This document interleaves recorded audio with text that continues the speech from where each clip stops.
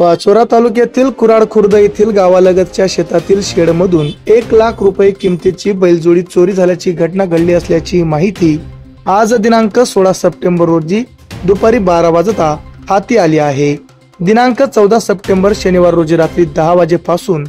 ते दिनांक 15 सप्टेंबर 2024 रविवार रोजी सकाळपर्यंतच्या कालावधीत पाचोरा तालुक्यातील कुराड खुर्द येथील शेतकरी नंदकिशोर दौलत चिंपी यांच्या गावालगत असलेल्या शेतातील पत्र्याच्या कुलूप लावलेल्या शेडमधून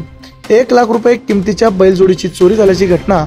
रविवारी दिनांक 15 सप्टेंबर रोजी दौलत चिंपी हे शेतात गेल्यावर त्यांच्या लक्षात आली।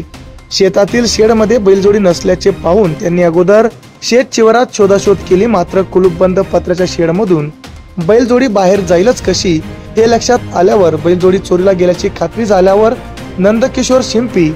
यांनी पिंपळगाव हरेश्वर पोलीस स्टेशनला बैलजोडी चोरीला गेल्याची फिर्याद दिनांक 15 सप्टेंबर रोजी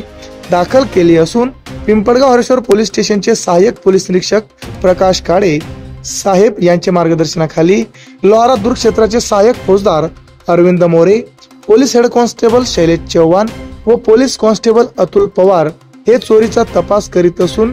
त्यांनी तातडीने घटनास्थळी धाव घेत पंचनामा करत घटनास्थळाचे निरीक्षण केले